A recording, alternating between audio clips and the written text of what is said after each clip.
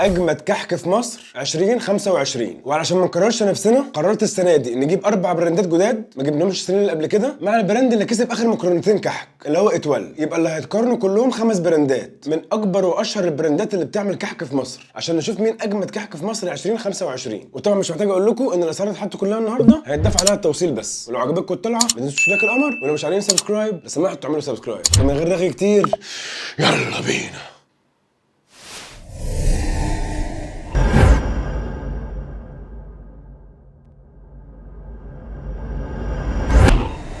يلا بينا.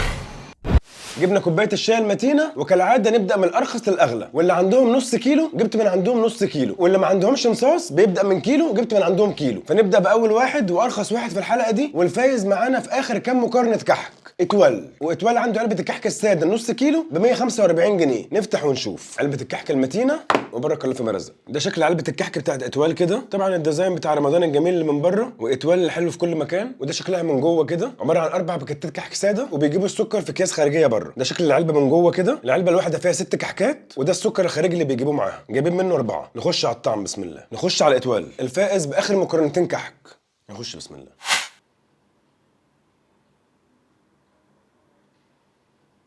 بق شاي، كحكايه صغيره ناعمه مش خشنه، فالسمسم فيها مش كتير عشان ما تخشنش، وطعمها تحفه. بتقطم من هنا بتدوب على طول من هنا. نحط عليها السكر بقى ونشوف الطعم النهائي ايه. ننزل بالسكر كده ونخش بسم الله.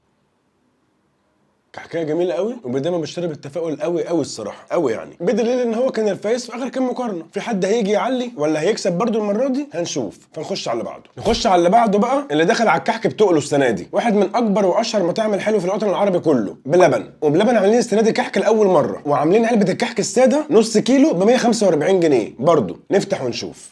ده شكل علبه الكحك بتاعت بلبن كده، علبه مطوله مكتوب عليها من بره عيدكم مبارك. وده شكل علبه الكحك من جوه كده، زي ما انتم شايفين جايبينها باكيت واحد، وبرده كحك ساده، وجايبين السكر في كيس خارجي. نخش على الطعم بسم الله. نخش على بلبن اللي دخل يدس كل القدام. 4 6 8 10 12 14 16. والعلبه النص كيلو دي انا عديتهم طلعوا 16 واحده. نخش على الطعم بسم الله.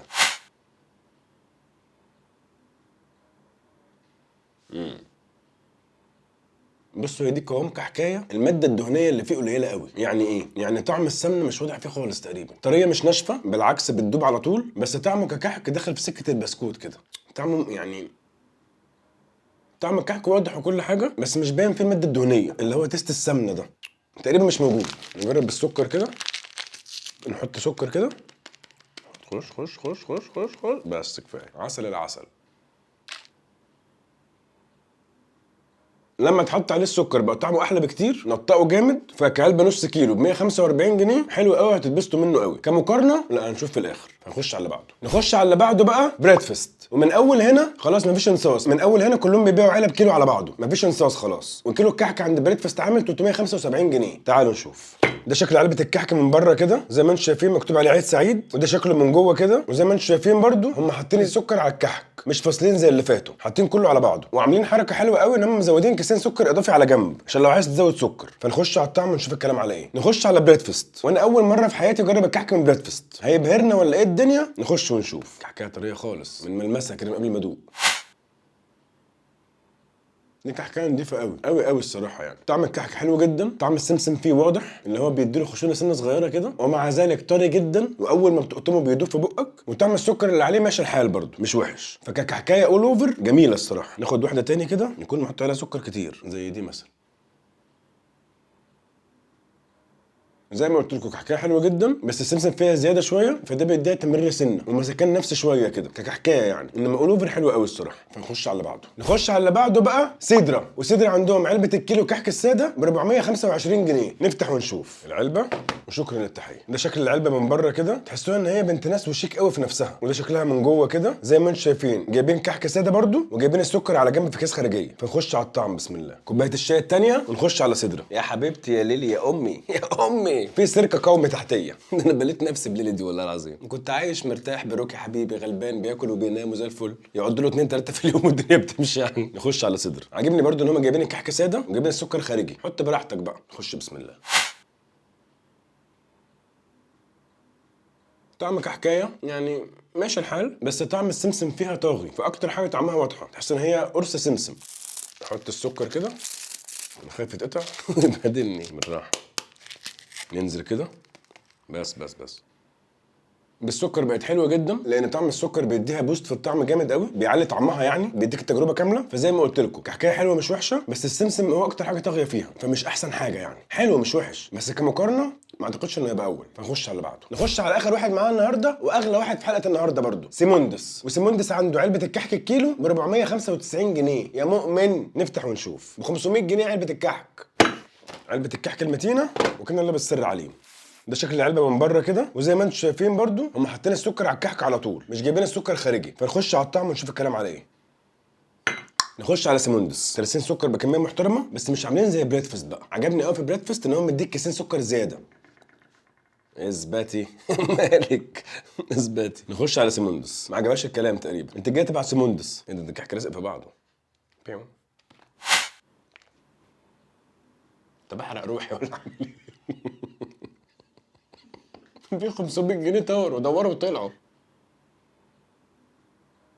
في واحد عمل لي كومنت في حلقه السوبر الاسبوع اللي فات وقال لي لازم تجيب سيموندس في حلقه الكحك، احسن كحك في مصر. انا عايز اعرف انت فين يا ابني؟ عنوانك فين؟ انا عايزك في كلمتين فيس تو فيس. طب والله بدون مبالغه، انتوا عارفين انا راجل ماليش مصلحه، مش بتاع تحوير يعني. انا من اول ما بدات الحمد لله لحد النهارده ولحد ما بطلع خالص كلمتي من دماغي، محدش بيملي عليا حاجه او بحور في حاجه او بغشكوا في حاجه، الحمد لله يعني. طعمك حكايه عجيبه يعني. ده اقل واحد عجبني النهارده، اغلى واحد في الحلقه واقل واحد طعما. وده يثبت لك ان في الاكل تحديدا، وده من خبرتي في كل الفيديوهات اللي فاتت، الاكل بالذات ما يتقيمش بسعره، لان ياما مقارنات جت فيها حاجات اكل سعرها مش اغلى حاجه خالص، بالعكس بل بتكون في الاوائل وبتوصل ان هي تبقى احلى حاجه في كل اللجوم. وانا راجل بعمل مقارنات تقيله يعني. انا المقارنه بتاعتي بتبقى 10 اماكن 15 مكان، ومع ذلك اللي بيأدي معظم الوقت وبيبقى جامد قوي الحاجات اللي اسعارها مش اوفر قوي، بالعكس الحاجات اللي اسعارها اوفر معظمها بتخيش. فده يثبت ان في الاكل تحديدا الغالي مش ثمنه فيه، مش شرط. طعمك حكايه غريب يعني، طعمه بعيد عن الكحك يعني. الاربعه اللي فاتوا طعمهم بينافس بعضه، ده زياده في السمسم شويه، ده السمنه فيه قليله شويه، ده السمنه فيه زايده وطعمها حلو، دي طريه، دي خشنه سنه، ده طعمها غريبه بقى. هاخد واحده ثانيه ملينا عليها سكر كده قبل ما اقول لكم الكلام النهائي.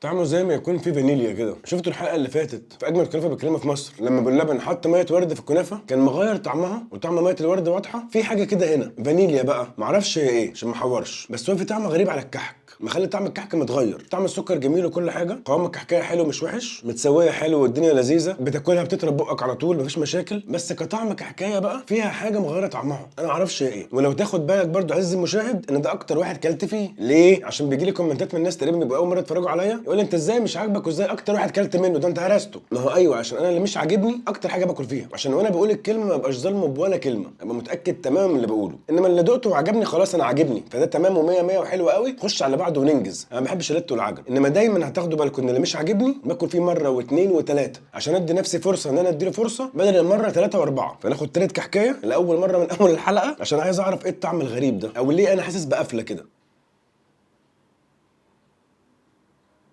اعتقد محطوط فيها فانيليا.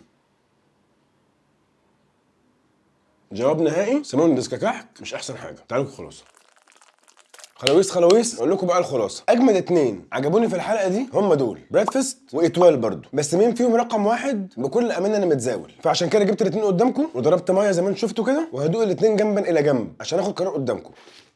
ونفتح اتوال كده، نفتح كيس من اتوال. الباقيين كلهم كان عندي عليهم تحفظات وانا قلتها لكم على مدار الحلقه، انما دول اللي جامدين جدا. نجيب كحكايه اتوال، نفتح السكر، نحط عليها سكر على طول بقى، اترس اترس اترس اترس، بس عسل قوي كده. كحكايه قوامها حلو قوي، طعم السمنه واضح فيها، السكر معاها معليها قوي، جميله جميله جميله. نخش على بريدفاست بقى بعدها على طول كده. حسم الامر يا شعلان.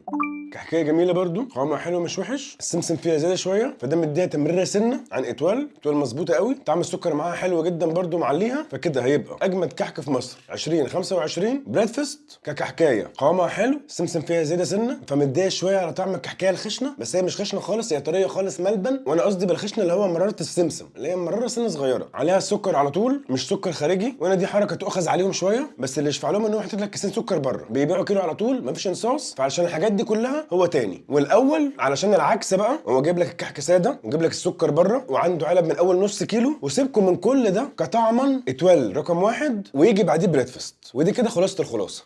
بس كده هي طلعت الاسبوع ده. لو عجبتكم الطلعه ما تنسوش لايك القمر، ولو مش عاملين سبسكرايب لو سمحتوا اعملوا سبسكرايب وفعلوا الجرس عشان يجيلكم كل حاجه منزلها اول باول. لحد الاسبوع الجاي ان شاء الله، الاسبوع الجاي وطلعه جديده. اشوفكم على خير، يلا سلام. وبالمناسبه في ناس كتير كتبت لي في الكومنتات هات كحك ابو عادل، هات كحك ابو عادل. انا حاولت اجيب بكل الطرق والله، بس للاسف هو الكول سنتر بتاعهم صعب جدا، طول الوقت بيديني مشغول، وادوني رقم مندوب بتاع مدينه نصر موبايله يا مقفول يا ما بيردش، فما عرفتش اوصل لهم خالص الصراحه. Every single day I'm gone